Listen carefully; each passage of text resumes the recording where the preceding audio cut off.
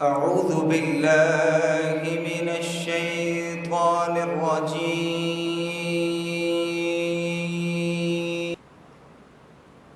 بسم الله الرحمن الرحيم.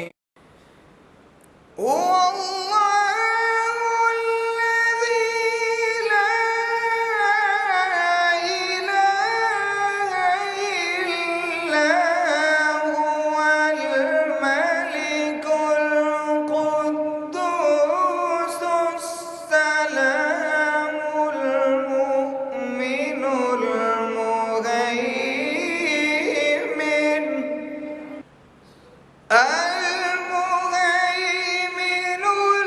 العزيز الجبار المتكبر سبحان الله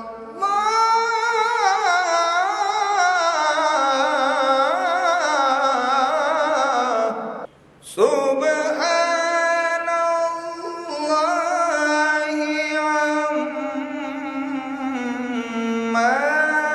يشركون.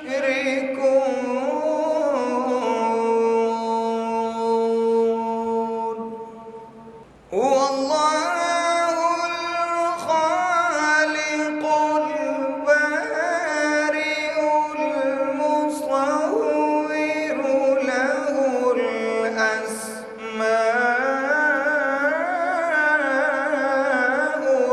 الحسنى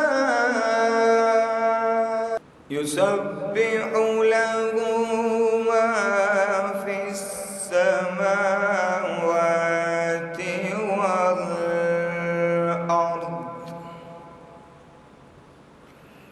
وهو العزيز الحكيم.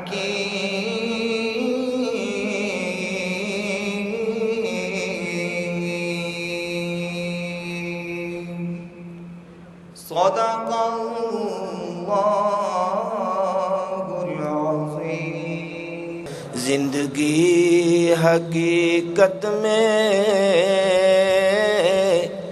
بس اسی نے پائی ہے، مصطفیٰ کے قدموں میں جس کو موت آئی ہے. زندگی حقیقت میں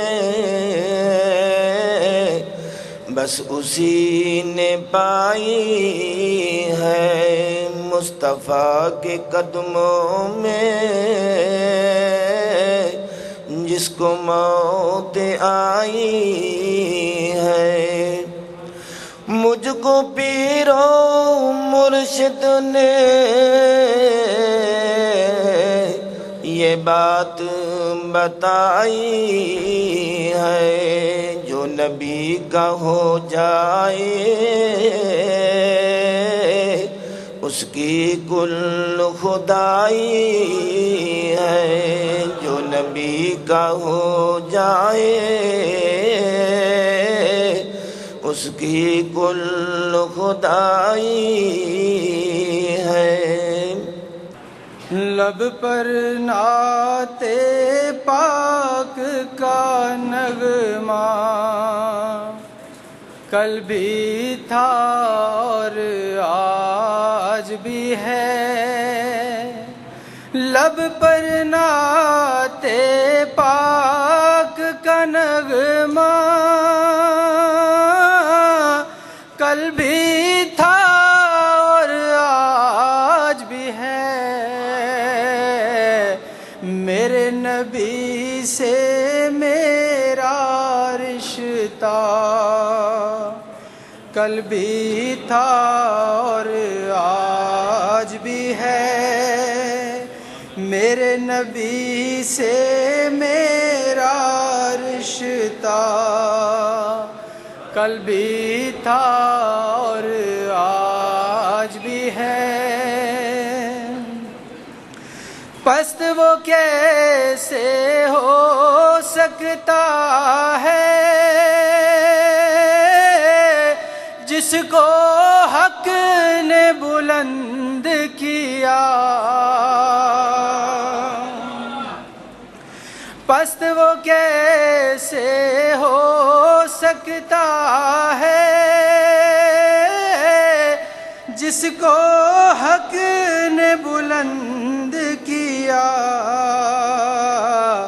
دونوں جہاں میں ان کا چرچا کل بھی تھا اور آج بھی ہے دونوں جہاں میں ان کا چرچا کل بھی تھا اور آج بھی ہے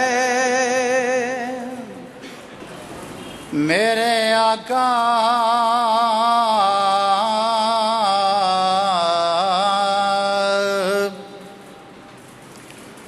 جو آستان سے تیرے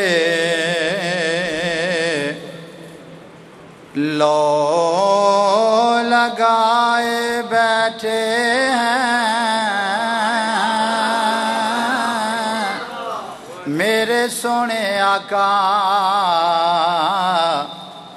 جو آستان سے تیرے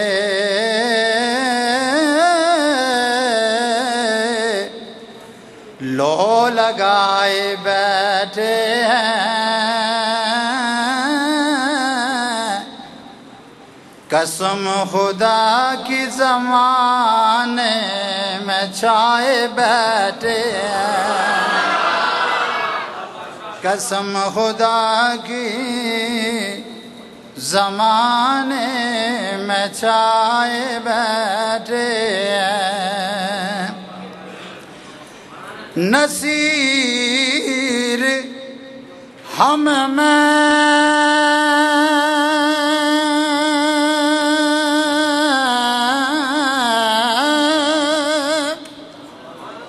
تو اپنا سی کوئی بات نہیں کرم ہے ان کا کہ اپنا بنائے بیٹھے ہیں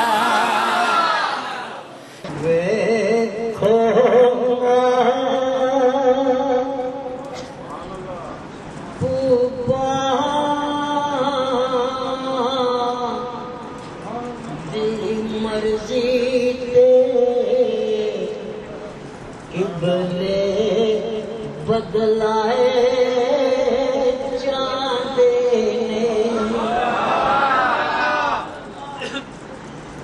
دیکھو محبوبہ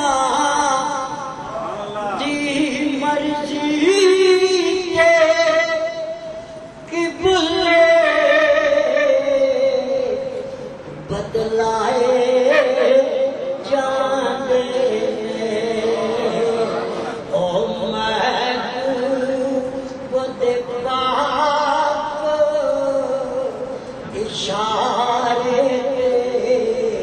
سجدے کروائے جانے محبوب دے پاک اشارے سجدے کروائے جانے محبوب دی گلتے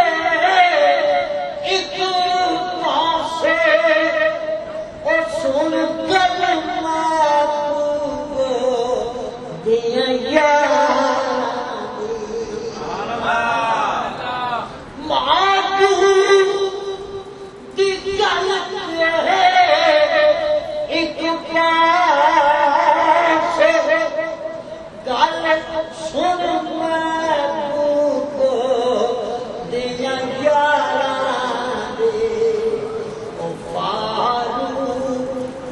لکھیا رکیا تے فاروق دے لکھیا رکیا تے پہ نیل چلائے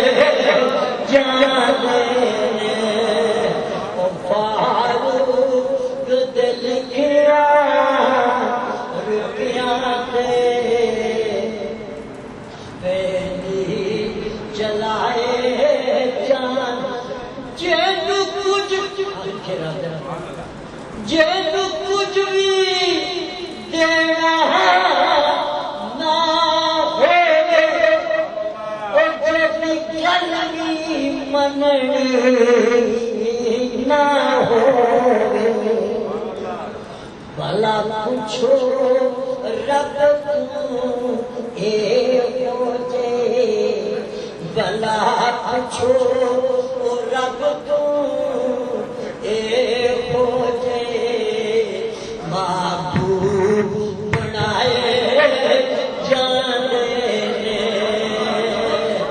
بھلا پہلو بھی کہتے انہیں نہیں خبر دیوار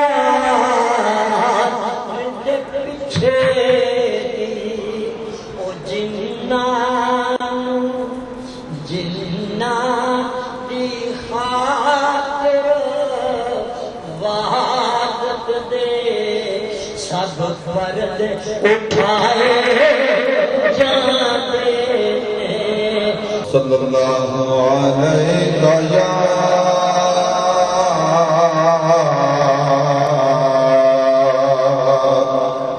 یا رسول اللہ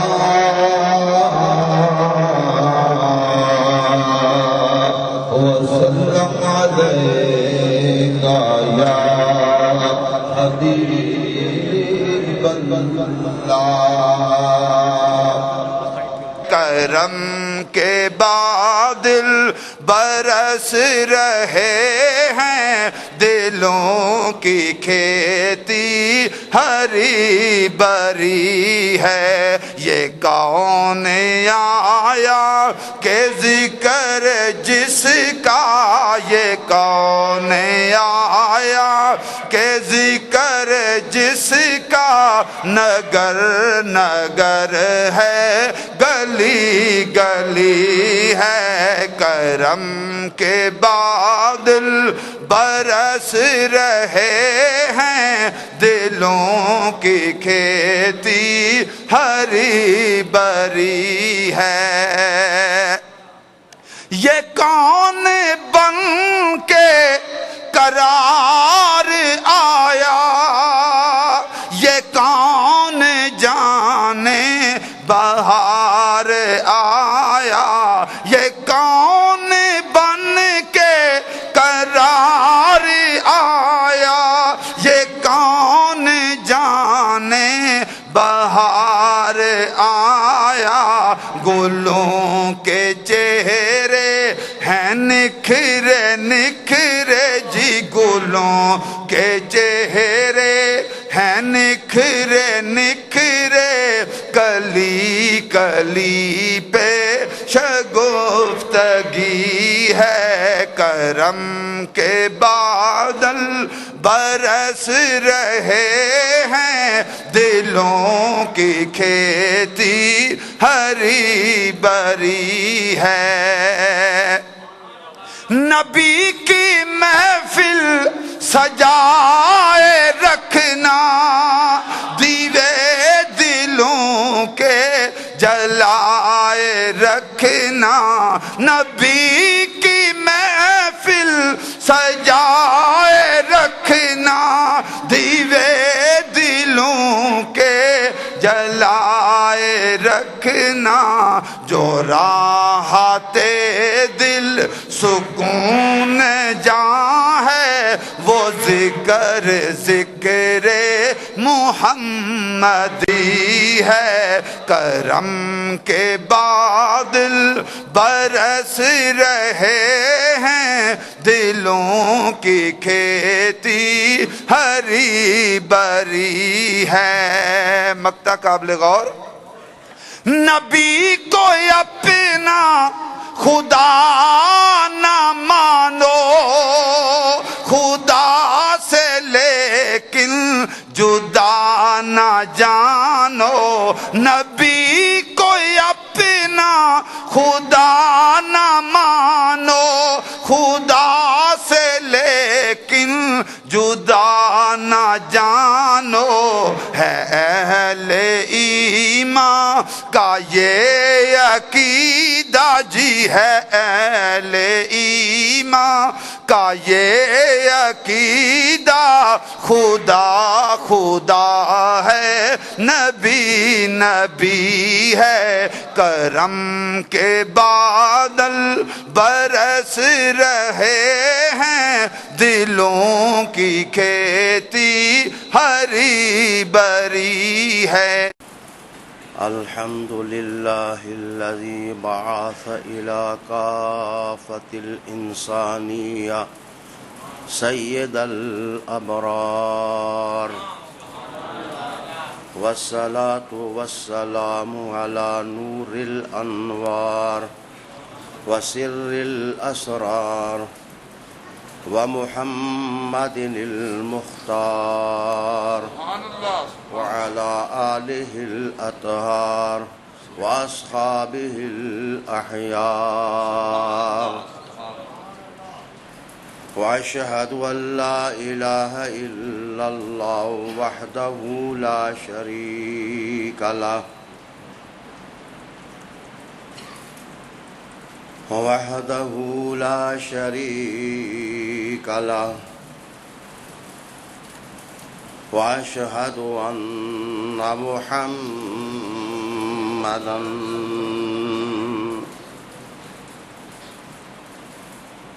عبده ورسوله، أما بعد، فأعوذ بالله من الشيطان الرجيم، بسم الله الرحمن الرحيم، لقد رضي الله عن المؤمنين إذ يبايعونك تحت الشجرة فعلم ما في قلوبهم فأنزل السكينة عليهم وأصابهم فتحا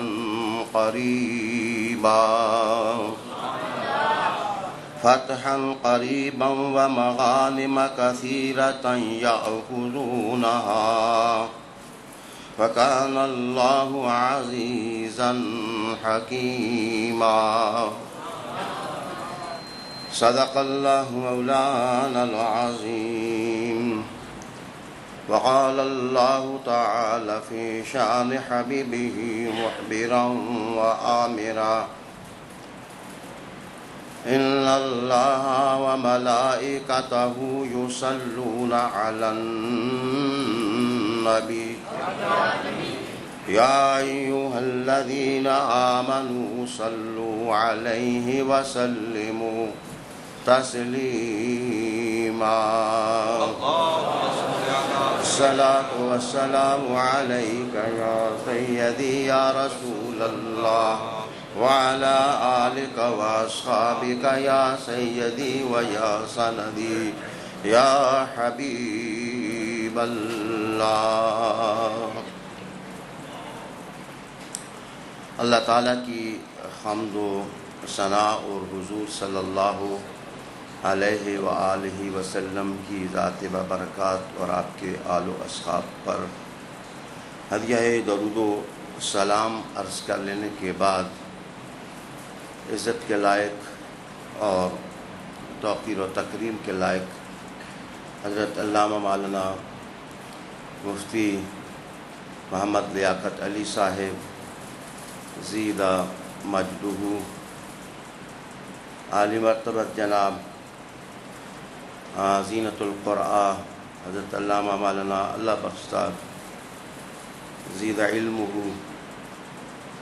انتہائی عزت کے لائق جناب محترم راجہ آصف علی خان صاحب، انتہائی عزت کے لائق پروفیسر حیات اختر صاحب، عزت کے لائق حضرت علامہ مولانا عثمان غنی صاحب، جناب پیر سید ابراہیم حسین شاہ صاحب، محفل میں موجود حضرات علماء کرام، مشائخ عظام، سادات کرام، برادران دین و ملت، آج ہم دور و نزدیک سے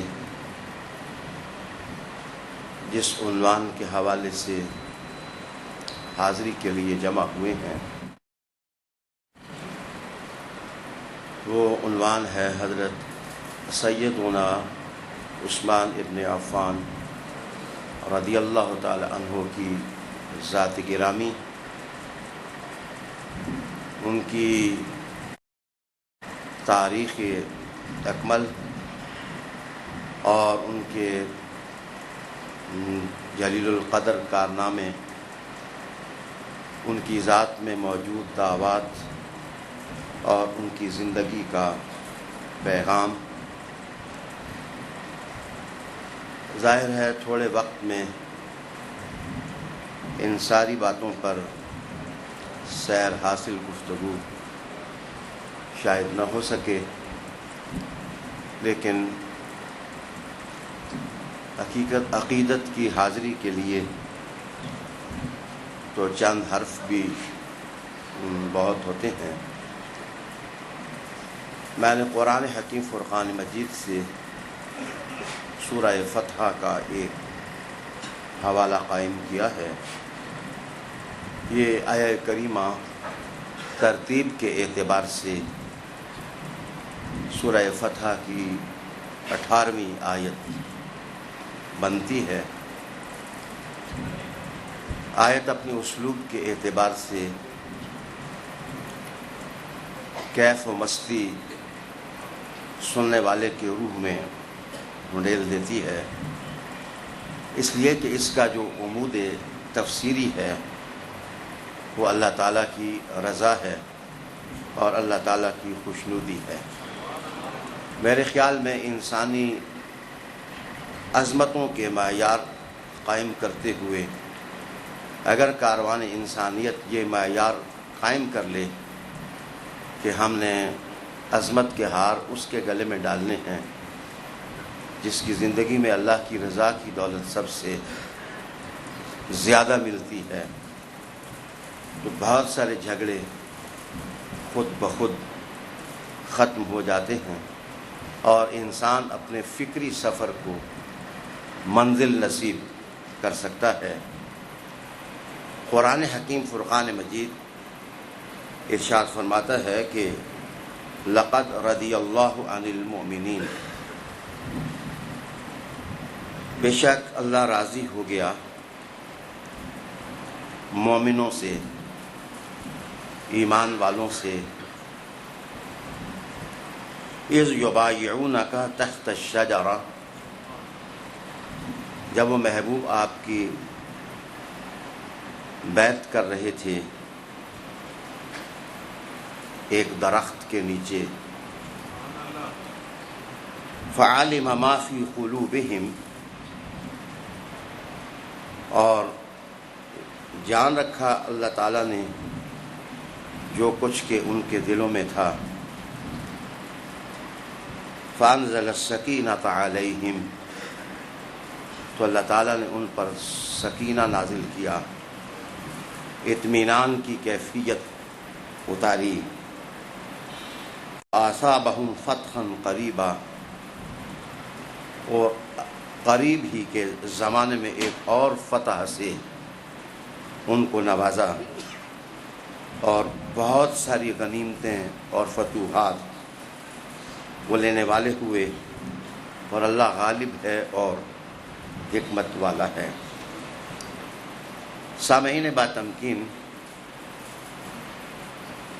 یہاں ابن عاشور لکھتے ہیں کہ تفسیری اعتبار سے آیت کا لقد سے شروع ہونا بلاغت کی انتہا پیدا کر دینا ہے کہ لام تاکید کا ہے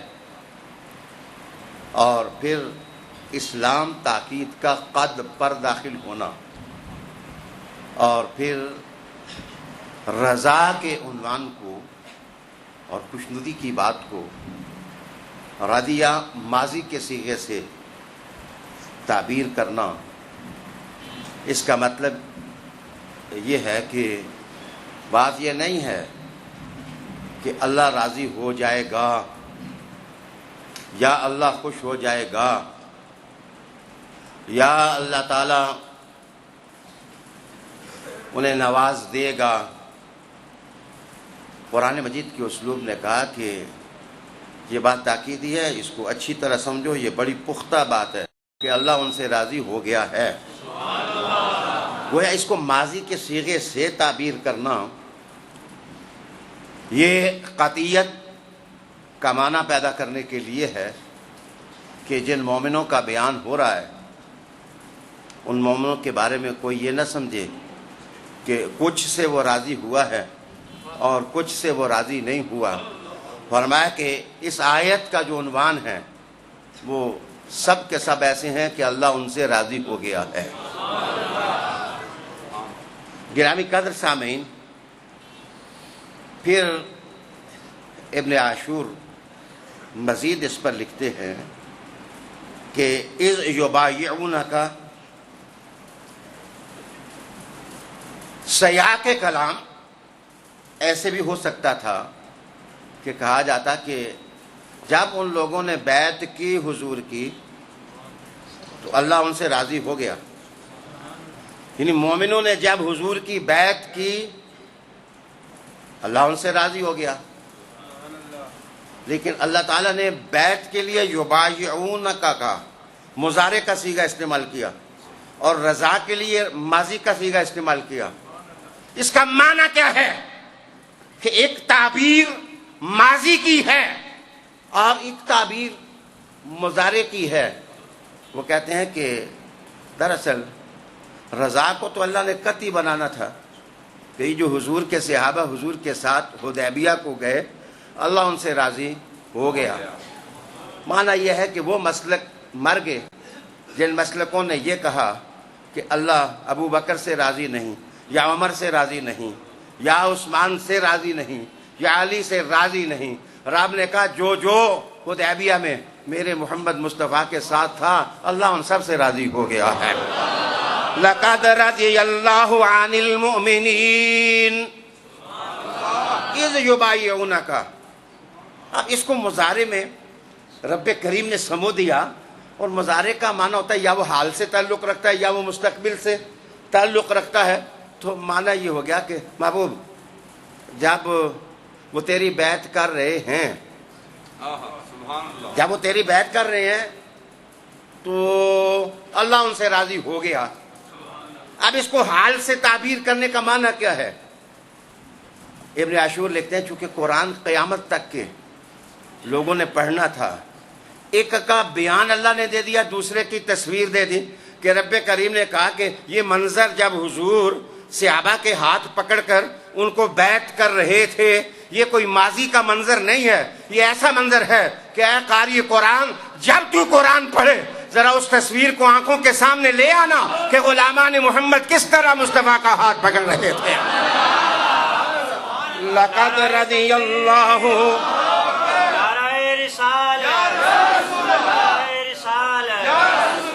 لقد رضی اللہ عن المؤمنین اذ یبایعونک تحت الشجرہ. آج کا عنوان تو یہ نہیں ہے، لیکن اگر کوئی بندہ یہ کہے کہ اس درخت کو تو حضرت عمر نے کٹوا دیا، قرآن کہتا ہے کہ کسی حکمت کی خاطر کٹوایا ہوگا، لیکن شجرہ کا بیان میں نے قرآن سے تو نہیں کاٹا ہے. گویا وہ ایسا درخت ہے جس کا بیان قرآن نے قیامت تک شامل کر لیا کہ جب تصویر کو یاد کرو تو ذرا درخت کو بھی یاد کرو، صحابہ کو بھی یاد کرو اور آقا کو بھی یاد کرو. گویا ان میں سے کسی کی تصویر ایسی نہیں ہے کہ جس تصویر کو ذہنوں سے اور دلوں سے اور خیالوں سے اور خرد کے نہاخانوں سے تم اتار دو. اذ یبایعونک تحت الشجرۃ فعلم ما فی قلوبہم. یہ اس موقع کی بات ہے جب حضور کعبہ کی زیارت کے لیے گئے 1400 صحابہ کے ساتھ. شمیسیہ کے مقام پر پہنچے آج کا جدید نام شمیسیہ ہے. اگر آپ مکہ شریف جائیں تو آپ اس کو حدیبیہ نہیں کہتے، شمیسیہ کہتے ہیں. تو اگر جس وقت آپ شمیسیہ میں پہنچیں، یہ پرانا روڈ جو مکہ کا ہے، اگر اس پر جائیں تو یہ جگہ راہ میں آئے گی. نئے راستے میں یہ شمیسی نہیں آتی. البحرہ سے تھوڑا مکہ کی طرف آپ آگے بڑھیں تو آپ یہ مقام دیکھیں گے.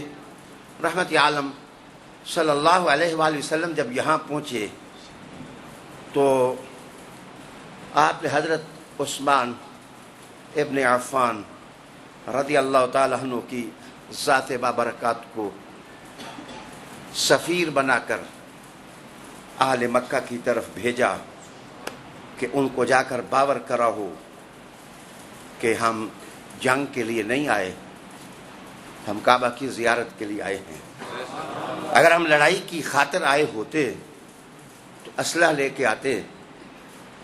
عربوں کے کلچر میں تو کوئی آدمی گندم اور جو بھی لینے کے لیے جائے تو وہ اپنے تیر کو کمان میں چست رکھتا ہے، وہ اپنے اسلحے سے غافل نہیں رہتا. جب عالم یہ ہے لیکن ہم ہیں کہ ہم تو صرف کعبہ کی زیارت کے لیے آئے ہیں اور شوق ہے اس قافلہ کے سینے میں کہ بیت اللہ العتیق کی زیارت کرے. حضرت عثمان ابن عفان رضی اللہ تعالی عنہ حضور کی ذات کے بعد تیسرے خلیفہ راشد، رحمت عالم صلی اللہ علیہ وآلہ وسلم نے ان کا انتخاب کیا اور ان کو بھیجا. یاد رکھیے، سفیر جس وقت کسی قوم کے پاس جائے تو سفیر اس قوم کے کلچر اور اس کی سوچوں اور اس کے افکار کا نمائندہ ہوا کرتا ہے، اور جس کا سفیر بن کر جائے وہ اس کی اداؤں کا بھی عکاس ہوا کرتا ہے. اگر وہ اس کے فکری سرمایہ کا محافظ نہ ہو تو وہ سفارت کا کام نہیں کر سکتا ہے. عثمان ابن عفان میں وہ تمام تر جوہر موجود تھے کہ وہ محمد عربی کی سفارت کر سکتے تھے. اسی لیے رحمت عالم صلی اللہ علیہ وآلہ وسلم نے ان کا انتخاب کیا اور ان کے سر پر استفاء کا تاج رکھا اور کہا کہ جاؤ. جناب جس قوم کی طرف بھیجا تھا وہ خون کی پیاسی قوم تھی. آپ کو پتہ ہونا چاہیے کہ جس قوم کے پاس حضور نے بھیجا تھا اسی قوم میں عثمان کے سکے چچا نے ان کو رسیاں ڈال کر کے گھسیٹا ہوا تھا کہ تم نے محمد عربی کا ساتھ کیوں دیا ہے، تم ان کے پاس کیوں چلے گئے ہو، اور تم ان کی عظمت کی بات کیوں کرتے ہو، اور تم ان کی تعریف اور نعت کہ زمزم اپنی زبان سے کیوں لاتے ہو. اور جس کے چچا نے بھی اس کو رسیاں اور سنگلیں اور زنجیر ڈال کر گھسیٹا ہو، اس قوم میں دشمنوں کا عالم کیا ہوگا. گویا جو سفیر بن کے گیا تھا وہ امن کی جنت میں قدم رکھنے کے لیے نہیں گیا تھا، وہ محمد عربی سے وفا کی شہادتیں قائم کرنے کے لیے گیا تھا. رحمت عالم صلی اللہ علیہ وآلہ وسلم نے ان کو بھیجا. بعض عنوان بڑے میٹھے ہوتے ہیں لیکن بندے کی اپنی فکر ٹیڑھی ہو تو وہ میٹھے عنوان بھی کڑوے ہو جاتے ہیں. بندہ ان کو ڈائجسٹ نہیں کر سکتا، ہضم نہیں کر سکتا. لیکن میں ایک بات کہتا چلوں کہ ہو نہ ہو عثمان کا انتخاب اس لیے ہو کہ عثمان کی تربیت میں ہاشمیوں کا دودھ شامل تھا. اس کی سوچوں اور ان کے افکار کو اجالنے میں محمد عربی کے خاندان کا بھی حصہ تھا. شاید آپ نہیں سمجھے تو میں ذرا کھول دوں اس بات کو کہ حضرت عثمان ابن عفان کی جو نانی تھیں ام الحکیم بہزا بنت عبد المطلب، یہ حضرت عبد المطلب کی بیٹی لگتی تھیں، اور اروا جو ان کی والدہ تھیں، یاد رکھیے انہوں نے عبد المطلب کی بیٹی کا دودھ پیا ہوا تھا اور ان کی گود میں وہ پلی تھی۔ اور میں آپ کو یہ بھی بتاؤں کہ حضرت عبداللہ جو رسول کریم علیہ تحیت و ثنا کے والد گرامی ہیں، بہت کم لوگوں کو پتہ ہوگا کہ جو حضرت عثمان کی نانی تھیں یہ جناب توام تھیں، جس کو آپ جڑواں کہتے ہو۔ حضرت عبداللہ کے ساتھ جو ان کی بہن پیدا ہوئی تھیں یہی حضرت عثمان کی نانی لگتی تھیں، انہی کا نام بہزا بنت عبد المطلب تھا، اور یہی ہاشمی رنگ ڈھنگ اور سوچ کا علو لے کر یہ امیہ کے خاندان میں یہ پہنچی تھیں۔ یہاں کے لیل و نہار بدل دیے تھے، یہاں کی سوچیں بدل دی تھیں۔ اور اگر آپ مجھے اجازت دیں تو میں ذائچہ کھینچ کر آپ کو بتاؤں کہ جس وقت عورت کچھ کرنا چاہے تو وہ گھر ہی نہیں بدلتی، وہ تہذیبوں کی بساط پلٹ دیتی ہے اور وہ تمدنوں کو ایک نیا آہنگ دے دیتی ہے۔ یہ عورت دراصل عبد المطلب کے گھر سے چلی اور فان کے گھر یہ پہنچی اور وہاں کے لیل و نہار بدل دیے۔ میں ایک سوال آپ کے سامنے کروں گا کہ یہ جو رشتے ناتے ہیں نا یہ فکری تحریک میں بنیادی رول ادا کرتے ہیں۔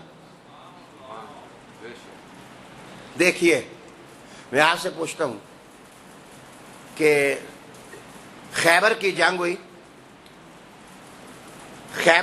ہوئی مسلمانوں کے ساتھ، تو حضرت صفیہ حضور کے گھر آئیں، ام المومنین بنی۔ تو مجھے بتاؤ کہ خیبر کی جنگ کے بعد کیا پھر یہود مسلمانوں کے خلاف ٹھہر سکے؟ کھڑے نہ ہو سکے۔ کہا جاتا ہے کہ وہ ایک عورت نہیں آئی تھی، وہ دراصل یہودیوں کو نچوڑ کر کے جو ان کی فکری دولت تھی اس نے محمد عربی کے قدموں پر ڈھیر کر دی تھی، اور یہود اندر سے کمزور ہو گئے، ان کے راز اور ان کا سب کچھ مسلمانوں کے پاس آ گیا۔ اور حضرت صفیہ کے بعد یہودیوں کو خصوصاً بنو نذیر کو پھر دوبارہ ہمت نہ ہوئی کہ وہ کوئی حملہ کریں۔ ایک دوسرا حوالہ دیتا ہوں، آپ کو پتہ ہے کہ حضرت میمونہ یہ نجد کے قبیلے سے تھیں، اور نجد کے کس قبیلے سے تھیں؟ وہاں کا جو سردار تھا اس کی بیوی اور حضرت میمونہ سکی بہنیں تھیں۔ گویا شادی کے بعد محمد الرسول اللہ صلی اللہ علیہ وآلہ وسلم اور نجد کا امیر وہ دونوں ہم زلف ہو گئے تھے۔ اور آپ کو پتہ ہے کہ وہ رئیس جس نے آ کر اپنے آپ کو رسموں سے جکڑ دیا مسجد نبوی کے حرم میں، وہ ویسے نہیں آیا تھا۔ دراصل وہاں کی ایک عورت محمد عربی کے عقد میں آئی تو اس سردار نے مسلمان ہونے کے بعد ایک جملہ کہا جو میں آپ کی نظر کرتا ہوں۔ اس نے لا الہ الا اللہ محمد رسول اللہ پڑھا، اور پڑھنے کے بعد کہا، انہوں نے کہا کہ میرے گھر میں جو عورت ہے وہ میمونہ کی بہن ہے، اور یاد رکھو جس وقت عورت کسی کی قائل ہو جائے تو وہ کلمہ پڑھا دیتی ہے، لا الہ الا اللہ محمد رسول اللہ وہ پڑھا دیتی ہے۔ اب میں تیسرا حوالہ آپ کی خدمت میں عرض کرنے لگا ہوں کہ جناب حضرت جویریہ جو ام المومنین تھیں، تیسری مومنوں کی ماں تھیں، میں عرض کروں یہ بنو مستلق قبیلے کے ساتھ تعلق رکھتی تھیں جن کے خلاف مسلمانوں نے غزوہ کیا اور محمد عربی اس میں شریک ہوئے اور غزوہ بنو مستلق ہوا۔ لیکن جب سے حضرت جویریہ ام المومنین بنی، مجھے بتاؤ پھر بنو مستلق والے مسلمانوں کے خلاف نہ اٹھے، بلکہ میں بتاؤں کہ 100 قیدی وہ آ رہے تھے، ان کو قیدی بنایا ہوا تھا مسلمان فوجوں نے۔ جس وقت انہیں پتہ چلا کہ جویریہ ام المومنین بن گئی تو ان قیدیوں میں سے ایک سردار نے کہا کہ ہماری زنجیریں کھولو اور ہماری رسیاں کھولو. انہوں نے کہا رسیاں کیوں کھلواتے ہو؟ انہوں نے کہا ہمیں کلمہ پڑھاؤ، ہم کلمہ پڑھنا چاہتے ہیں. ان 100 قیدیوں نے کہا کہ ہم کلمہ پڑھنا چاہتے ہیں، ہمیں کلمہ پڑھا دو.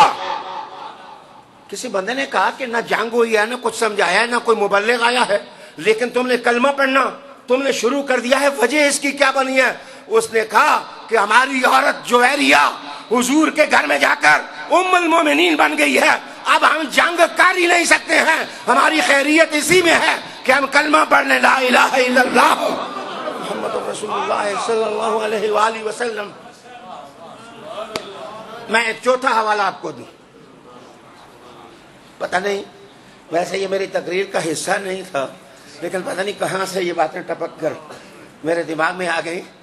مجھے بتائیے کہ حضرت ابو سفیان رضی اللہ تعالیٰ عنہ کے مسلمان ہونے کی تو ایک ہی روایت ہے کہ فتح مکہ کے بعد وہ مسلمان ہوئے، لیکن ان کی جو بیٹی تھی ام حبیبہ کے نام سے جو حضور کے گھر میں آئیں، ان کے بارے میں پڑھا کہ وہ کس وقت مسلمان ہوئی.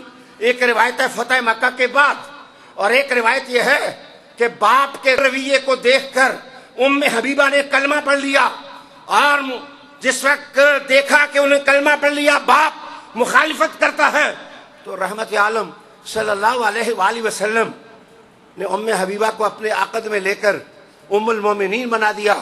اب میں آپ کو بتاتا ہوں کہ جس وقت ابو سفیان کو فتح مکہ کے موقع پر حضور نے گھاٹیوں پر کھڑا کیا اور کہا کہ جس وقت مسلمان لشکر گروپ اور ٹروپس جس وقت گزرے تو حضرت ابو سفیان کو بتاؤ کہ ذرا یہ نقشہ اپنی آنکھ سے دیکھیں کہ اللہ نے اسلام کو اور مسلمانوں کو کتنی شان و شوکت اور دبدبہ اور سہولت عطا کی ہے. جس وقت وہ کھڑے ہوئے تو ایک اور مورخ نے ابو سفیان کو دیکھ کے کہا تھا کہ ابو سفیان کو فوجوں نے نہیں گرایا، دراصل اس کی بیٹی جس وقت محمد کے گھر پہنچی اور وہ ام المومنین بن گئی، ابو سفیان نے کہا اب لڑائی بیکار ہو گئی ہے، اب مجھے کلمہ پڑھ لینا چاہیے لا الہ الا اللہ محمد الرسول اللہ. ذرا سوچئے، امیہ سے ام حبیبہ حضور کے گھر میں چلی، جویریہ بنو مستلق سے یہاں چلی، اور نجد سے محمونہ چلی اور حضور کے یہاں آئی، صفیہ خیبر سے چلی اور حضور کے گھر آئی. مسجد المنار میں میرے پرانے خطبے سننے کے عادی دوستو،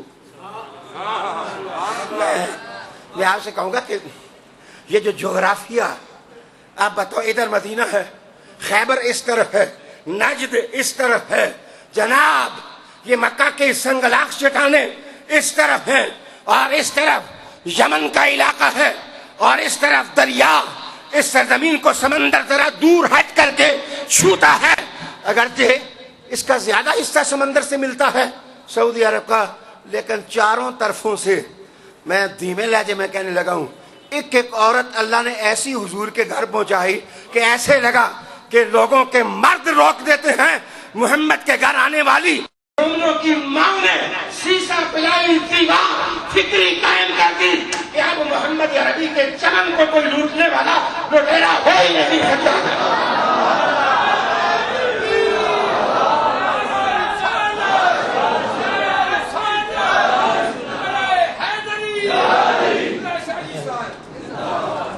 اب اگر آپ برا نہ منائیں تو میں یہ جملہ یہاں جوڑ دوں، عثمان نہیں آئے تھے حضور کے پاس، عثمان کی ماں عبد المطلب کی بیٹی کا دودھ لے کر عثمان کی رگوں میں آئی تو عثمان کی نظر مصطفیٰ پہ پڑ گئی. انہوں نے کہا جس کا دودھ پیا ہے اس کے گھر پلنے والے رسول کی رسالت سے کیسے انکار کر دوں.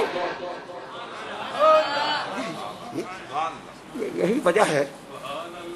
اب میں وہ نقشہ آپ کے سامنے لاؤں کہ حضرت عثمان رضی اللہ تعالیٰ عنہ جس وقت حضرت ابو بکر صدیق رضی اللہ تعالیٰ نے ان کو قائل کر لیا کہ مسلمان ہو جاؤ، بہتری اسی میں ہے، بڑے دلائل دیے. حضرت عثمان رضی اللہ تعالیٰ عنہ فرماتے ہیں کہ میں اندر سے قائل ہو گیا اور میں نے اپنا ہاتھ ابو بکر کو پکڑایا، جدھر دل ہی لے جا. جدھر دل ہے مجھے لے جا. تو میرا بچپن کا دوست بھی ہے اور میں تیرے کردار کا بھی قائل ہوں کہ تو نے کبھی جھوٹ کا ساتھ نہیں دیا. تو ہمیشہ صداقت کا علم بردار اور صداقت کا پرچم بردار رہا ہے. عالی جناب ابھی قائل ہوئے تھے صدیق اکبر اپنے ننھے سے کارواں کے ساتھ حضور کی دہلیز کی طرف بڑھ ہی رہے تھے کہ جا کر میں عثمان کو پیش کر دوں. ادھر رحمت عالم باد رحمت کا جھونکا بن کر خود ہی وہاں چلے گئے اور حضور انور صلی اللہ علیہ وآلہ وسلم جس وقت گئے تو دونوں کھڑے ہو کے سامنے. صدیق اکبر نے سلام پڑھا جوار رحمت میں اور رحمت عالم نے حضرت صدیق اکبر کو مخاطب کرنے کے بجائے عثمان کو دیکھا اور کہا کہ اے عفان کے بیٹے عثمان. انہوں نے کہا جی جناب. رحمت عالم نے فرمایا کہ میں ادھر جنت لے کے آیا تھا, کوئی ہے مجھ سے جنت لینے والا؟ گویا میں جنت لے کے آیا, ہے کوئی جنت لینے والا؟ مجھ سے جنت کا سودا کر لے. علی جناب حضرت عثمان ابن عفان نے بھی بھلے وقتوں میں کہتے تھے کہ حضور رحمت عالم نے اتنا سادہ سا جملہ کہا. میرے اسلام لانے کے موقع پر حضور رحمت عالم علیہ السلام نے اتنا سادہ سا جملہ کہا کہ میں جنت لے کے آیا ہوں, ہے کوئی اس جنت کو لینے والا؟ کہتے ہیں قرآن تو میں نے بعد میں سنا, مصطفیٰ کا یہ جملہ میری روح کی ہمیں گہرائیوں میں اتر گیا. اور حضرت عثمان نے کہا کہ یا رسول اللہ میں جنت کا خریدار ہوں. اچھا مجھے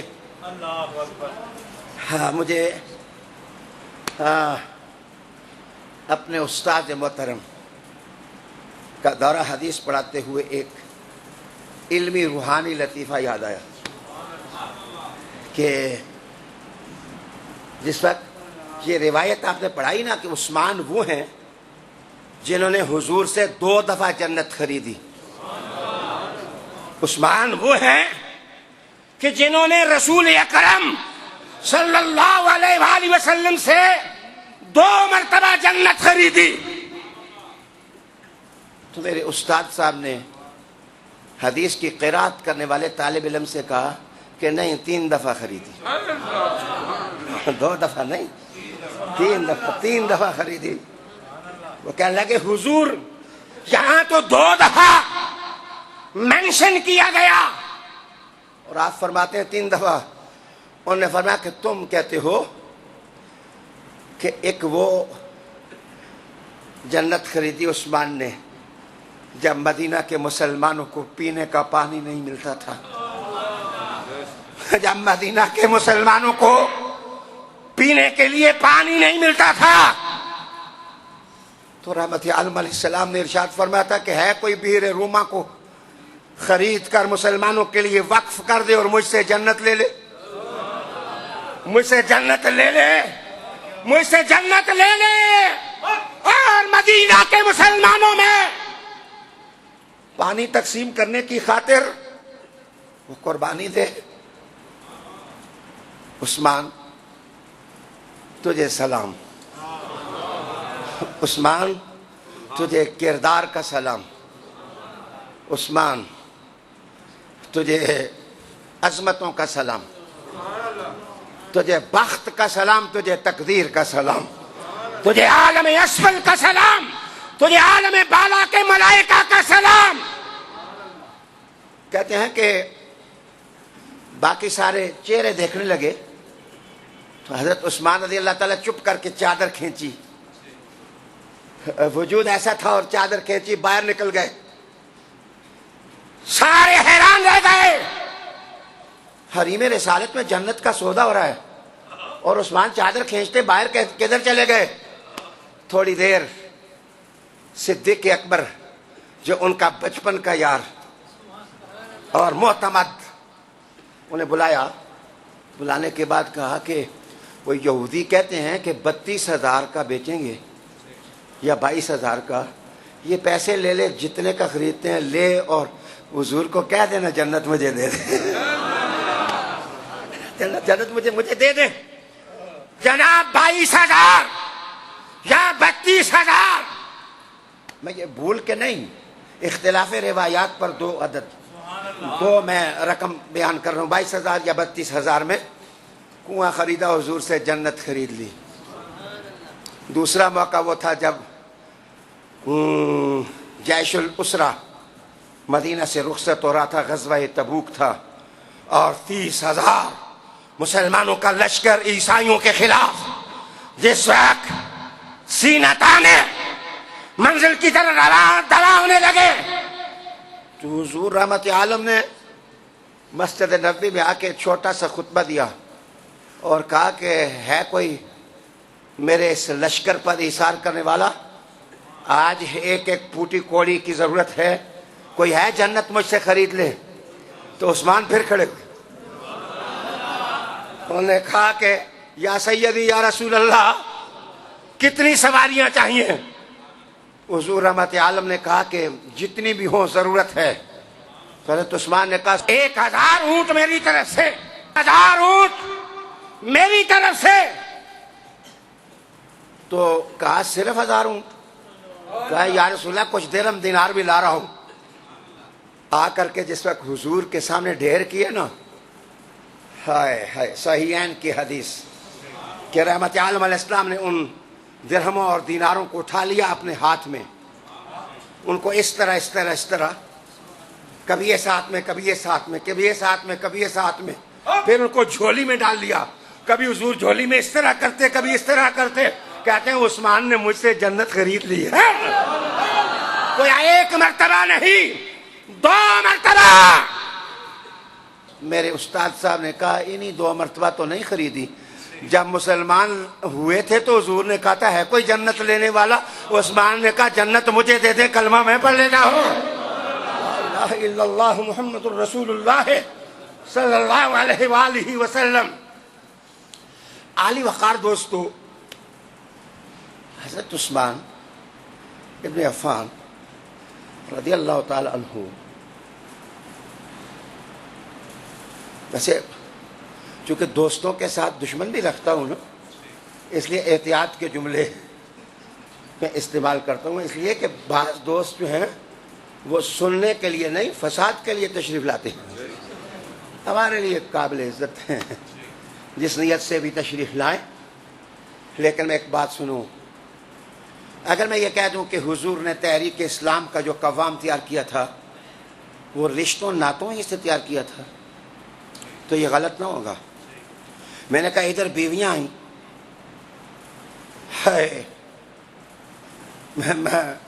میں عائشہ صدیقہ رضی اللہ تعالیٰ عنہ کا کیسے ذکر نہ کروں. امام احمد ابن حنبل کہتے ہیں کہ اگر عائشہ نہ ہوتی تو آدھا علم ہم سے گم ہو جاتا, آدھا علم ہم سے گم ہو جاتا. اور جلیل القدر صحابی حضرت ابو ہریرہ رضی اللہ تعالیٰ عنہ ایک دفعہ عورتوں کے مسائل میں ایک فتویٰ دے بیٹھے تو عائشہ صدیقہ نے اندر سے کہا کہ ابو ہریرہ اس مسئلے میں فتویٰ نہ دیا کرو, یہ ہم پر چھوڑ دو, ہم بتائیں علم رسول کیا ہے, ہم تمہیں بتائیں گے کہ علم رسول کیا ہے. جناب اب ادھر آئیے, لیکن میں آپ کو بتاؤں صدیق اکبر معتمد تھے, لیکن تمہیں پتہ ہے ان کی عائشہ حضور کے گھر میں تھیں. عمر معتمد تھے, ان کی حفصہ حضور کے گھر میں تھیں. عثمان معتمد تھے اس لیے کہ حضور کے نور کے 2 ٹکڑے ان کے گھر میں تھے. اور علی معتمد تھے اس لیے معتمد تھے کہ نور کا ٹکڑا فاطمہ علی کے گھر میں تھی.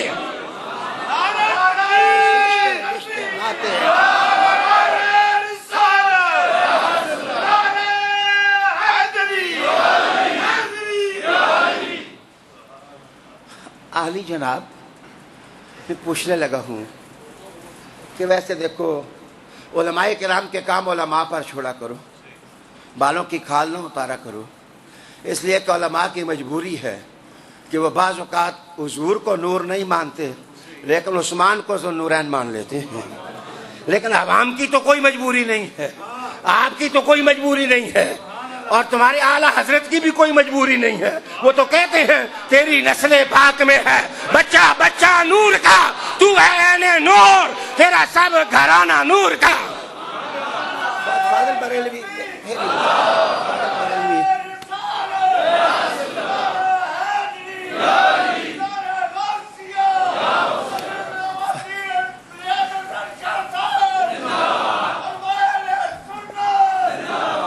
فاضل بریلوی کا دور اچھا تھا، خوبصورت دور تھا. اس میں احمد رضا تھے. اس زمانے میں سعیدوں کو کوئی کتا نہیں کہا کرتا تھا. یہ بڑا عالی زمانہ تھا، عروج کا زمانہ تھا. اس زمانے میں سادات کے بارے میں افکار اور سوچیں بڑی اچھی تھی، اس لیے کہ 50 علوم کا دھنگی احمد رضا کہتا تھا تیری نسل پاک میں ہے بچہ بچہ نور کا، تو ہے نے نور، تیرا سب گھرانہ نور کا. تو میں نے کہا کہ حضرت عثمان کے گھر میں حضور کے 2 نور کے ٹکڑے، حضرت رقیہ اور حضرت ام کلثوم. بلکہ میں آپ کو بتاؤں کہ یہ وقت نہیں ہے کہ میں تقریب سخن میں تھوڑا زیادہ ٹائم سپیئر کروں، لیکن ہلکا سا اشارہ کرتا ہوں. یہ ہجرت بھی واہ چیز ہے. حضور نے ہجرت کی تو بستر پر علی نظر آتے ہیں اور غار میں صدیق نظر آتے ہیں. اور جب پہلا جوڑا ہجرت کے لیے نکلا، پہلا جوڑا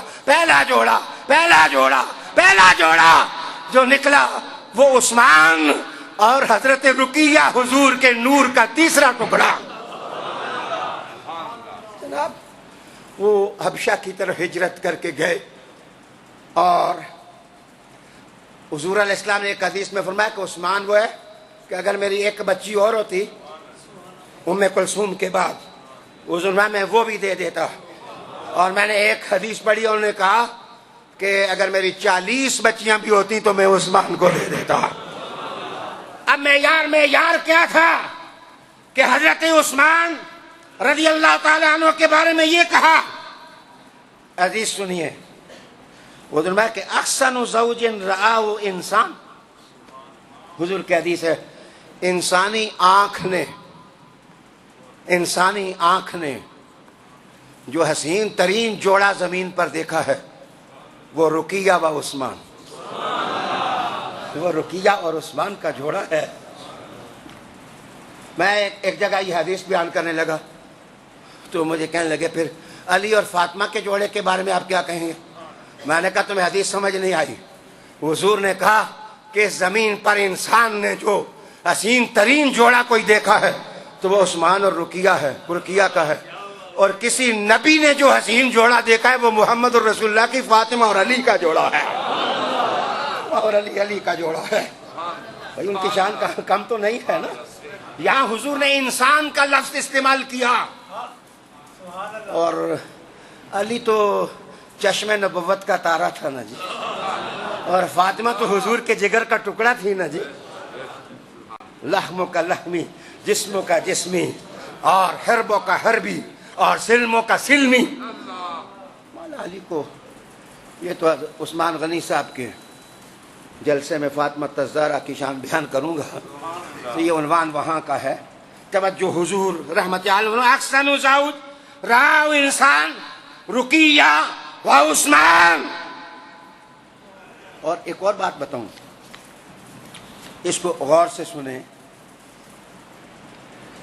شاید آپ کی دلچسپی کا نہ ہو یہ عنوان، اس لیے کہ ہم نے تو نہ پڑھنے کی قسم کھائی.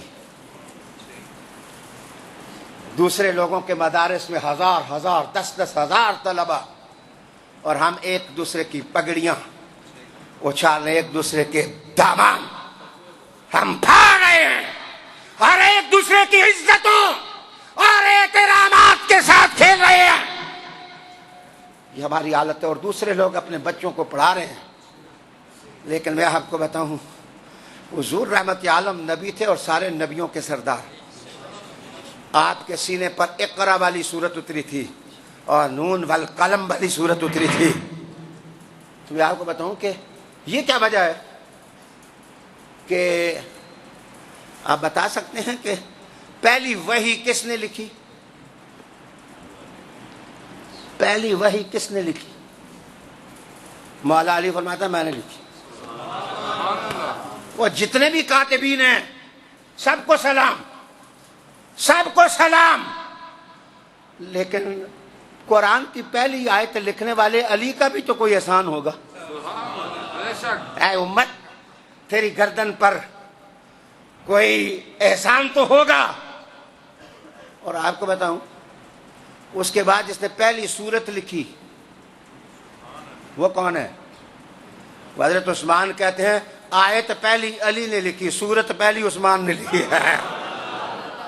اور جو چند لوگ عرب سوسائٹی کے اندر قلم جانتے تھے اور وہ لکھ سکتے تھے، ان میں حضرت عثمان ابن عفان رضی اللہ تعالیٰ عنہ بھی ایک ہستی تھے. حضرت عمر فاروق رضی اللہ تعالیٰ عنہ بھی پڑھے لکھے تھے، لیکن آپ جانتے ہیں کہ وہ کچھ وقت بعد میں دائرہ اسلام میں داخل ہوئے.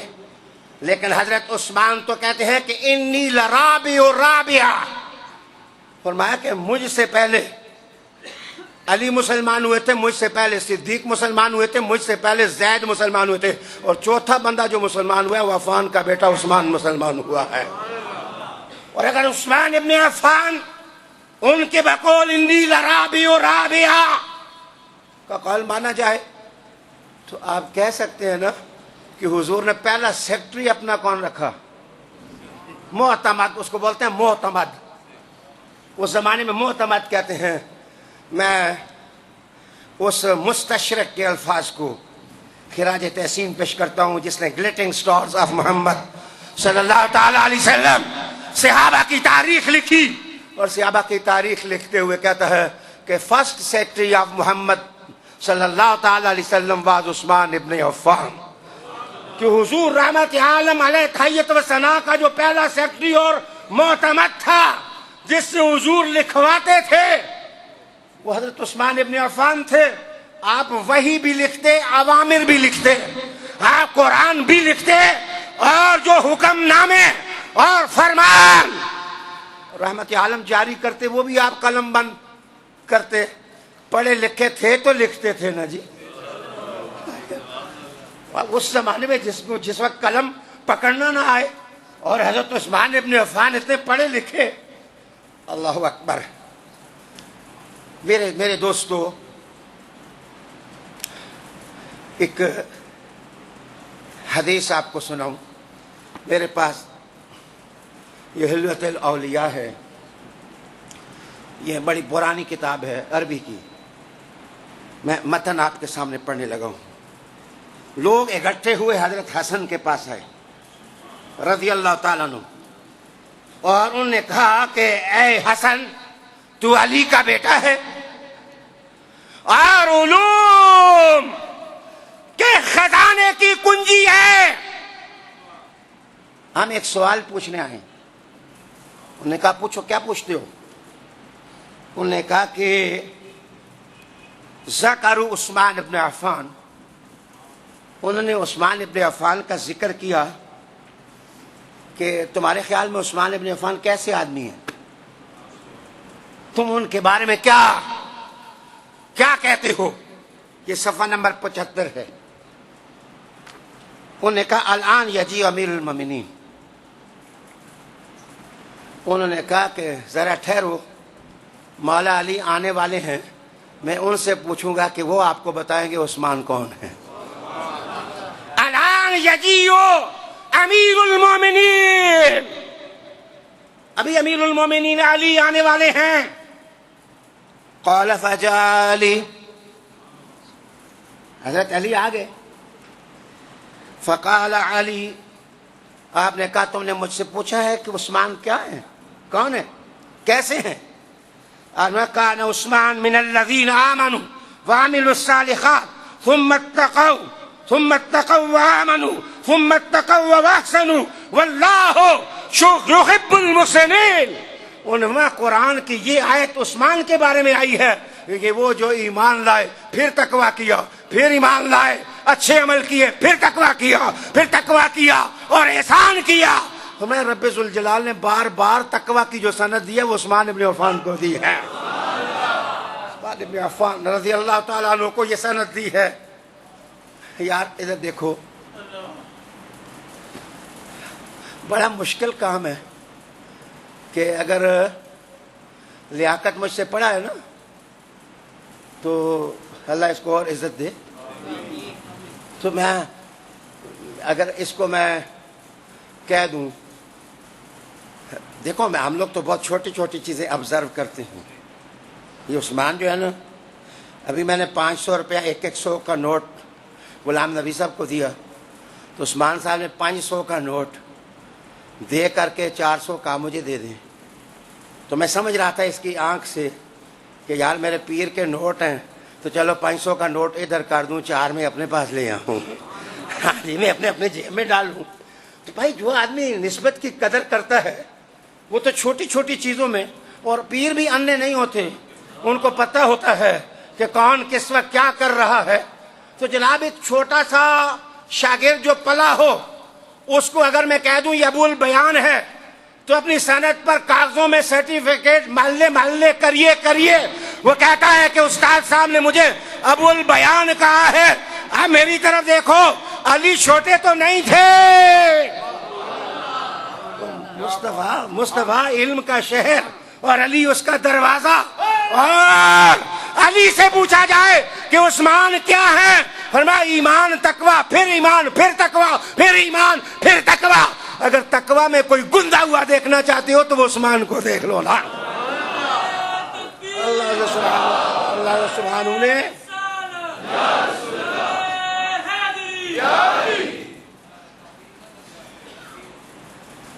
اچھا میں توجہ چاہوں گا آپ کی.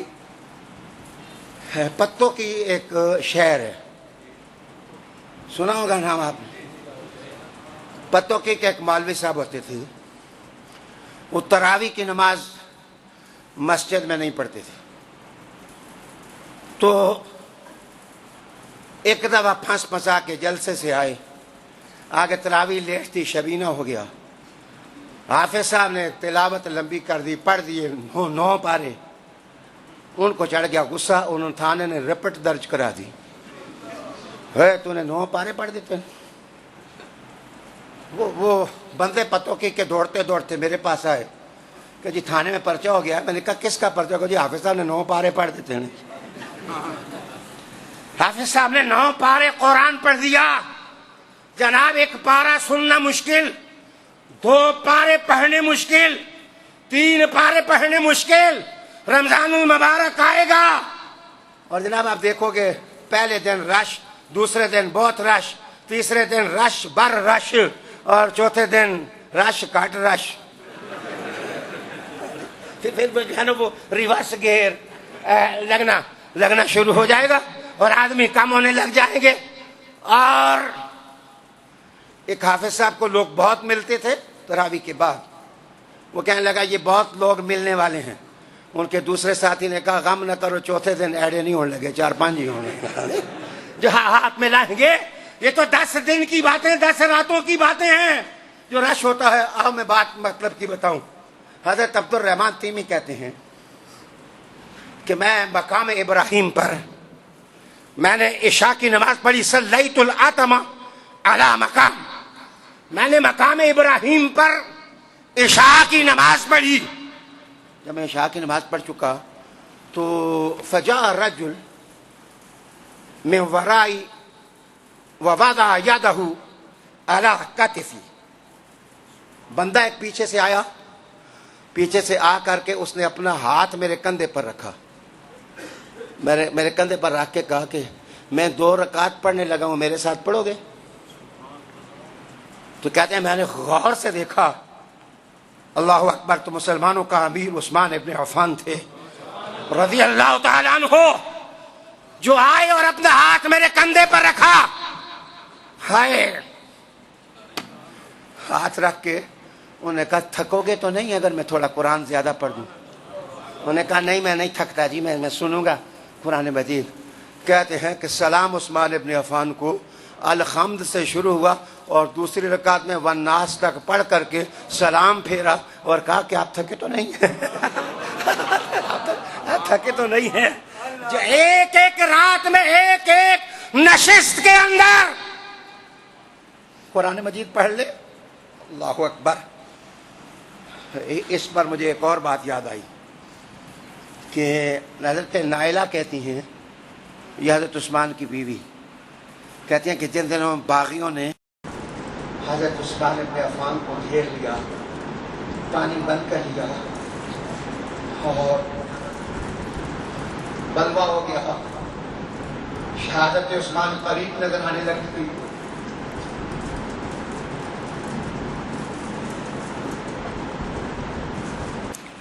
ایک نعرہ لگاؤ تاکہ میں دیکھوں تھکے تو نہیں.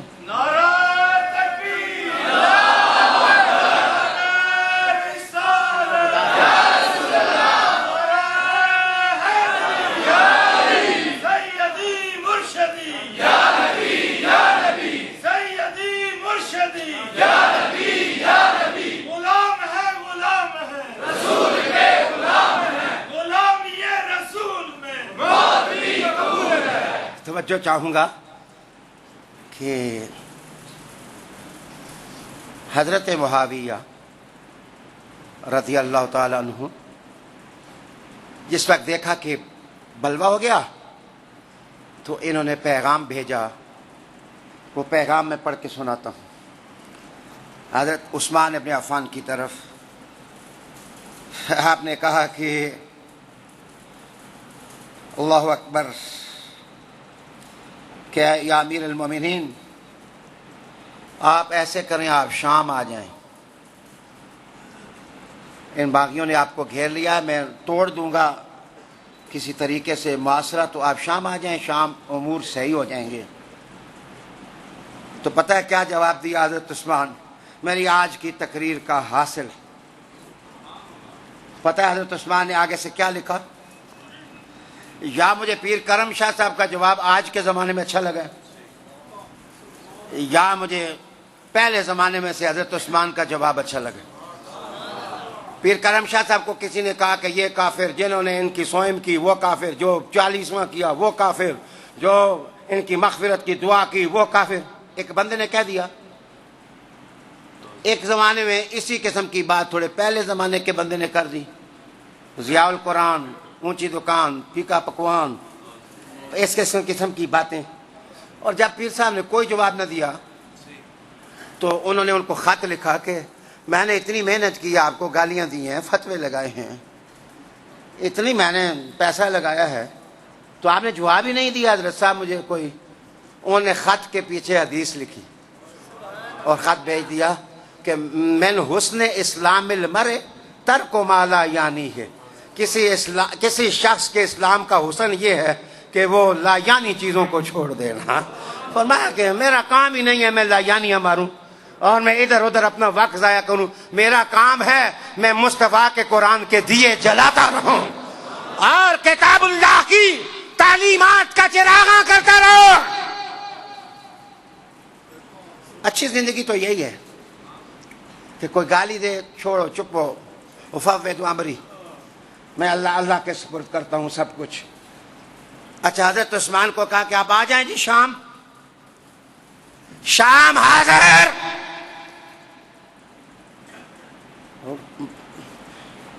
بڑے کارنامے ہیں. حضرت عثمان نے جو جواب دیا کہا کہ میں تمہاری اس دعوت کو توڑتا ہوں. انہوں نے کہا میں تمہاری اس دعوت کو توڑتا ہوں، قبول نہیں کرتا. لا اختار بجوار رسول اللہ جوارن سوا ہو.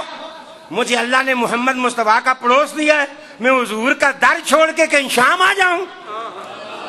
کیا میں نے مصطفیٰ کے ساتھ عشق نہیں کیا ہے؟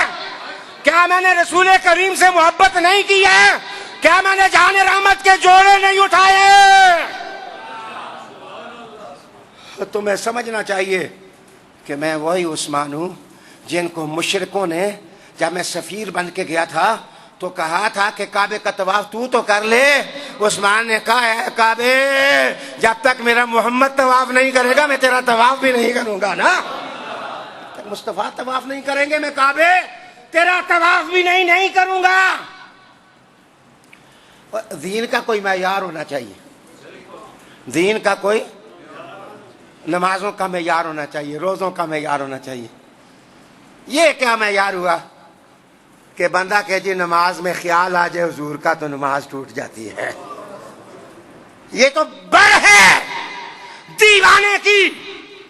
یہ تو پوچھو نا صدیق اکبر سے کہ وہ نماز میں کھڑے ہوں اور پیچھے سے حضور آ جائیں تو دونوں ہاتھ کھڑے کر کے وہ حضور کو دیکھنے لگ جائیں. صدیق نماز ٹوٹتی نہیں, فرمایا نماز کا مزہ ہی جب آتا ہے جب محمد کی زیارت ہو رہی ہو نا. اور حضرت عثمان ابن عفان فرمائے کہ میں کعبے طواف نہیں کروں گا جب تک حضور طواف نہ کریں گے. گویا معیار حضور کی ذات.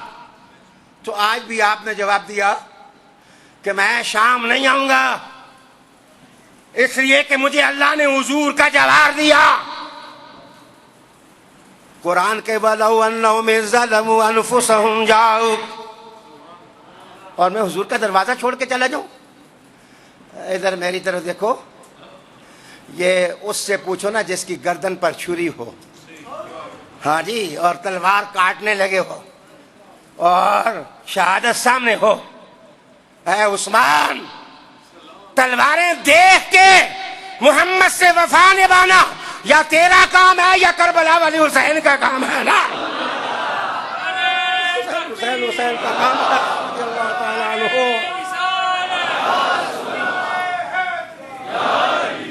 تو میں نے عرض کیا کہ کہا کہ میں حضور کا پڑوس چھوڑ کے نہیں جانا چاہتا. آپ نے پھر خط لکھا اور خط لکھا وعاد معاویہ یورد علیہ ان یرسل جیشا من الشام یرابط بالمدینہ ویحافظ علی حیات الخلیفہ. اس عبارت کا مطلب یہ ہے کہ اگر آپ نہیں آتے تو مجھے اجازت دیں میں ایک لشکر مدینے بھیجوں جو لشکر آپ کی حفاظت کرے اور سارا کام وہ نبھائے. اس سوال کا جواب حضرت عثمان نے کیا دیا؟ آپ نے کہا کہ اخشى ان يزخموا بمدینة النبی وتضيق بهم على اصحاب الرسول من المہاجرین والانصار. حضرت عثمان نے کہا کہ تم اپنی جو فوج بھیجو گے تمہیں پتہ ہونا چاہیے کہ حضور کے مدینے میں مہاجر صحابہ بھی رہتے ہیں اور انصار صحابہ بھی رہتے ہیں. اگر تیری فوج نے ان میں سے کسی کو تکلیف دی تو عثمان اللہ اور رسول کے سامنے کیا جواب دے گا؟ میں شہادت قبول کر لوں گا لیکن مدینہ میں کسی اور فوج کے گھوڑے داخل نہیں ہونے دوں گا. سمجھتا ہوں حضرت عثمان ابن عفان رضی اللہ تعالیٰ عنہ کی یہ قربانی اور یہ جذبہ. اچھا پتہ ہے پھر تیسرا خط لکھا اور تیسرے خط میں کہا کہ وعاد معاویہ رضی اللہ تعالیٰ یقول للخلیفہ اذن سیغتالونک. اچھا پھر اگر آپ فوج بھی قبول نہیں کرتے, آتے بھی نہیں, پھر تو یہ لوگ آپ کو مار دیں گے, آپ کو قتل کر دیں گے دھوکے سے. پتہ ہے یہ ہے وہ بات جس کی خاطر میں نے سنائی کہ حضرت عثمان نے ایک چٹ پر یہ بات لکھی حسبی اللہ و نعم الوکیل. نعم الوکیل. میں کہتا ہوں کہ خطبات, تاریخ اور فیصلوں کی تاریخ میں عثمان تجھے سلام کہ تو نے تلواروں کے سائے میں بھی کہا کہ میرا اعتماد اللہ کی ذات پر ہے, میرا توکل اللہ کی ذات پر ہے. جناب تکلیف دہ ماجرا تو تھا نا کہ جس نے بیر روما خرید کے سب کو پانی پلایا, آج اس کا پانی بند تھا, آج اس کا پانی بند تھا لیکن وہ تکلیفیں جھیل رہا تھا. کسی شخص نے کہا کہ کیا ایسا کوئی اشارہ پایا تھا آپ نے کہ آپ کے ساتھ یہ کچھ ہوگا؟ حضرت عثمان نے حدیث سنائی. انہوں نے فرمایا کہ ایک دفعہ میں حضور کی صحبت میں گیا, دروازہ کھٹکھٹایا تو حضور رحمت عالم کے ساتھی نے مجھے یہ بات سنائی کہ دروازہ کھولا, میں اندر گیا, محفل ہوئی جو ہوئی, اس ساتھی نے کہا کہ اصل میں جب تو نے دروازہ کھٹکھڑایا تو حضور نے کہا جاؤ دروازہ کھولو. اور انہوں نے کہا یا رسول اللہ یہ کون ہے؟ فرمایا کہ یہ وہ دروازہ کھٹکھٹا رہا ہے کہ جس کو ایک بھاری مصیبت میں گرفتار کیا جائے گا اور بلوا میں گرفتار کیا جائے گا اور مصیبت میں گرفتار کیا جائے گا اور میں نے اس کو جنت دے رکھی ہے. میں توجہ چاہوں گا. حضرت عثمان نے کہا جو مصیبت بنی ہے نا وہ آج یہی مصیبت ہے جو مجھ پر بن گئی ہے. فرمایا اس میں تم سوچتے کیا ہو؟ فرمایا ادھر روح نکلے گی ادھر مصطفیٰ کے جمال کی زیارت ہو جائے گی. ادھر رحمت عالم صلی اللہ علیہ وآلہ وسلم کے جمال کی زیارت ہو جائے گی. بردبار عثمان، با کردار عثمان رضی اللہ تعالیٰ عنہ. میں بڑا مشکل کام ہے راجہ آصف علی خان صاحب یہ جو بتانے لگا ہوں. حضرت ابو ذر غفاری رضی اللہ تعالیٰ عنہ آپ کو پتہ ہے کہ مال اکٹھا کرنے کے سخت خلاف تھے اور جدھر کوئی ملتا نا گورنر چورنر تم اس کو سونگتے. ان کو پوچھتا ابو ذر کیا سونگ رہے ہو؟ انہوں نے کہا میں سونگ رہا ہوں اس سے دنیا کی بو تو نہیں آ رہی، اس نے دنیا تو نہیں اکٹھی کی ہوئی. ان سے کسی نے پوچھا کوئی بندہ ایسا بھی ہے جس سے دنیا کی بو نہ آئے؟ انہوں نے کہا کہ ایک علی دیکھا ہے، علی دیکھا ہے کہ جس کے بدن سے میں نے دنیا کی بو نہیں دیکھی. اور آپ کو پتا ہے کہ جس وقت مجذوبیت کے عالم میں حضرت عثمان کو یہ جو آپ نے گورنر لگائے ہیں یہ جو فلاں لگائے ہیں ان کو اتار، یہ سب دنیا پرست. حضرت عثمان رضی اللہ تعالیٰ عنہ نے ان کو مدینہ بدر کر دیا اور یہ ربضہ کے مقام پر چلے گئے. اور وہاں پر جس وقت چلے گئے تو کسی نے حضرت ابو ذر سے پوچھا کہ عثمان کے بارے میں آپ کیا سوچتے ہیں؟ انہوں نے تو آپ کو شہر بدر کر دیا. انہوں نے کہا میں نے اتمام حجت کیا تھا، امر بالمعروف کیا تھا، باقی معاملہ رہ گیا عثمان کا. یا لفظ سنو. انہوں نے کہا واللہ لو ان عثمان سلبنی الا اطول خشبہ او اطول جبل لسمیت واطاعت وصبرت واحتسبت ورأیت ذلك خیرا لی. انہوں نے فرمایا زیادہ باتیں بنانے کی ضرورت نہیں ہے میرے سامنے. اگر امیر المومنین کی حیثیت سے عثمان نے تو ابھی مجھے شہر سے نکالا ہے، اگر وہ مجھے لکڑی کے ڈونٹھل پر کھڑا کر کے وہ مجھے سولی چڑھا دے تو میں پھر بھی عثمان کو امیر المومنین ہی مانوں گا.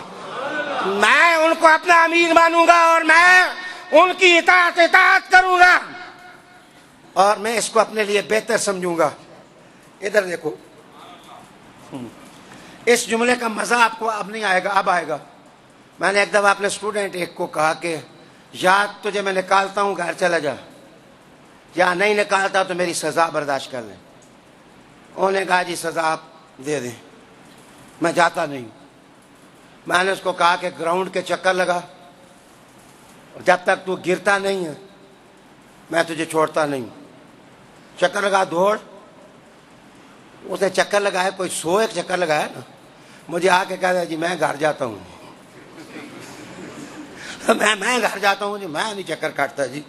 اب یہ کوئی بات ہے جی 100 چکر؟ میں نے کہا چل میں تجھے معاف کرتا ہوں، کوئی بات نہیں. وہ ہنسنے لگ گیا، میں بھی ہنسنے لگ گیا.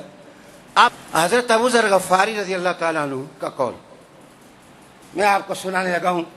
انہیں کہا کہ وَلَوْ سَيَّرَنِي مَا بَيْنَ الْأُفَقِ إِلَىٰ أُفَقٍ لَسَمِعْتُ وَأَطَعْتُ وَصَبَرْتُ وَاحْتَسَبْتُ وَرَأَيْتُ ذَلِكَ خَيْرًا لِّي.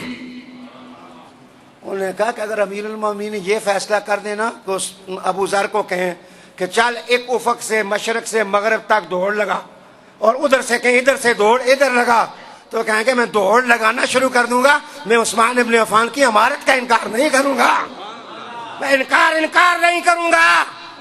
عالی جناب آدھی باتیں نہیں سنانی چاہیے قوم کو، پوری باتیں سنانی چاہیے.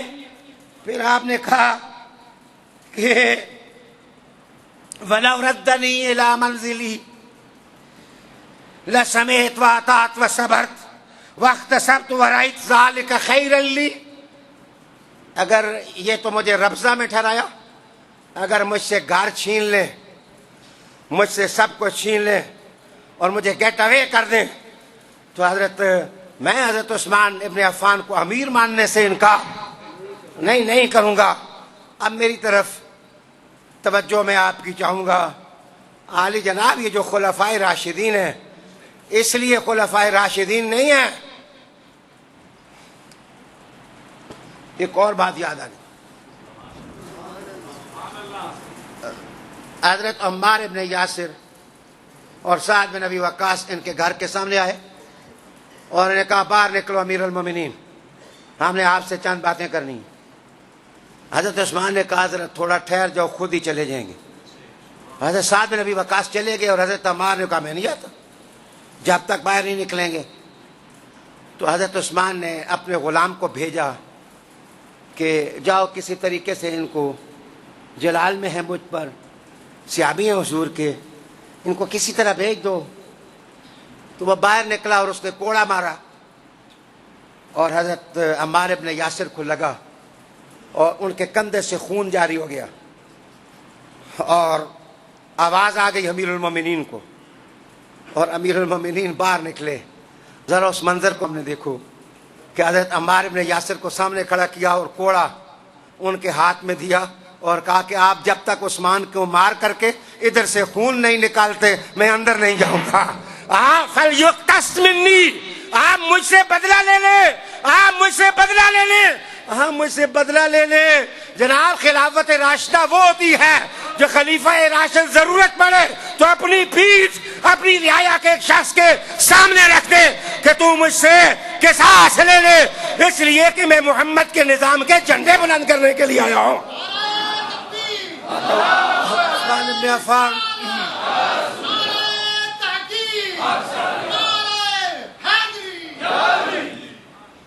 عالی جناب، اب مجھے معلوم ہے کہ وقت تو خاصا بیت گیا، لیکن وہ اس آیت والی ایک خاص بات تو ابھی میں نے بیان کی نہیں کہ ادھر حضور نے 1400 صحابہ کی بیعت لی، 1400 صحابہ نے بیعت کی، ایک بندہ بیچ میں، یہ معلومات کے لیے آپ کو بتاتا ہوں تاکہ آپ کو پتہ ہونا چاہیے، توجہ چاہوں گا، ایک بندہ اپنے اونٹ کی رسی کے ساتھ چمٹ گیا، اپنے اونٹ کی رسی کے ساتھ چمٹ گیا، اور منافق آدمی تھا۔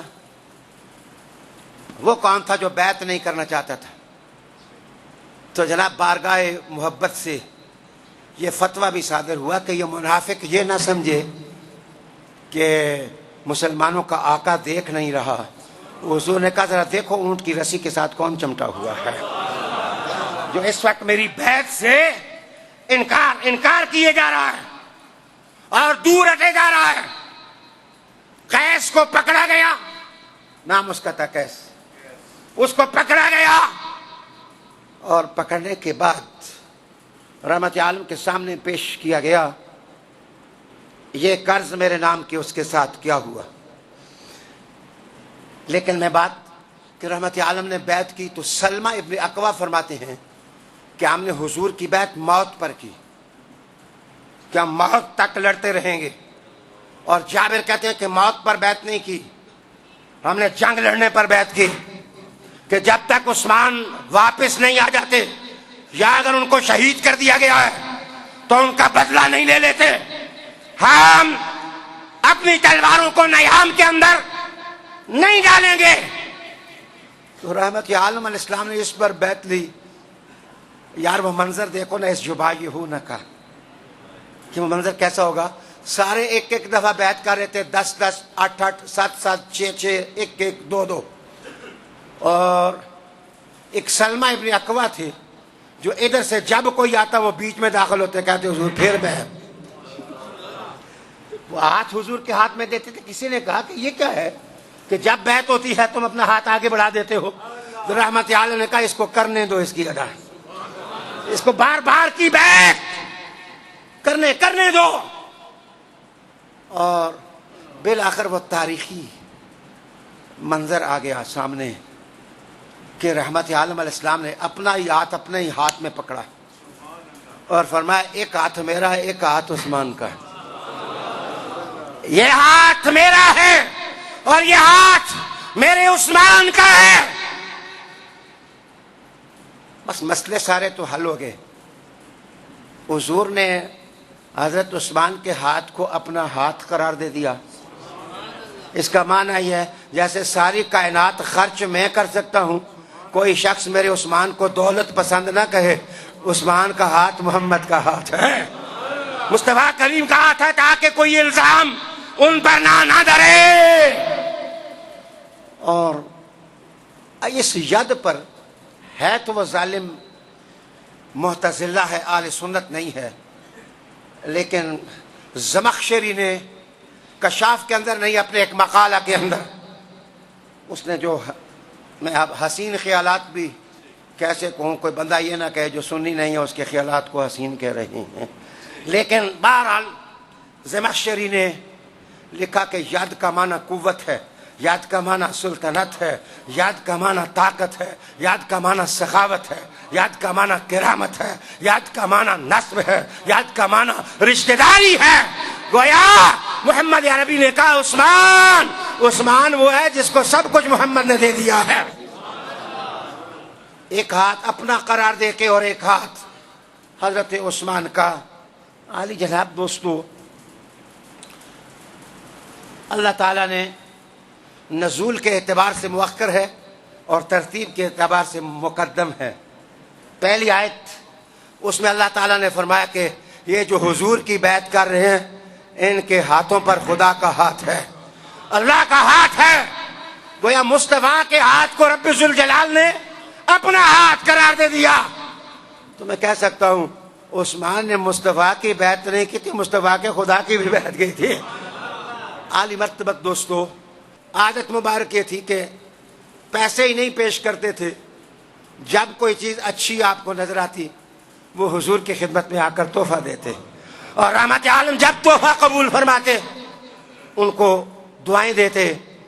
عالی جناب دوستو، اللہ تعالیٰ آپ کو اور مجھے عمل کی توفیق عطا فرمائے. وآخر دعوانا ان الحمدللہ. تو شاہ خوباں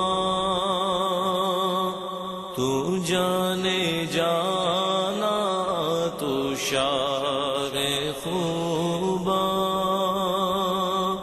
تو جانے جانا ہے، چہرہ ام الکتاب تیرا.